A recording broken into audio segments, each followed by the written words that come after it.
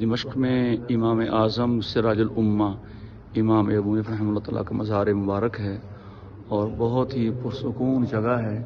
الحمدللہ یہاں پر سب اہل سنت والجماعت حنفی ہیں اور یہاں آ کے جیسے آدمی کسی بڑے کی آغوش میں آ گیا ہو ایسا محسوس ہوتا ہے ماشاءاللہ۔ باقی مزارات پر بھی بہت رحمتیں اور سکون محسوس ہوتا ہے کیونکہ ہماری ان سے نسبت ہے فقہ حنفی کے حوالے سے، تو یہاں بہت زیادہ اپنائیت محسوس ہو رہی ہے۔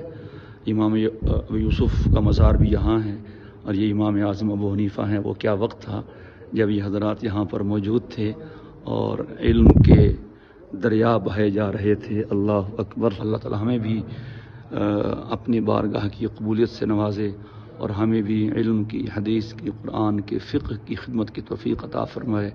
جیسے اللہ نے امام ابو حنیفہ کو مقبولیت عطا فرمائی، اللہ ہمیں بھی ایسے ہی عطا فرمائے۔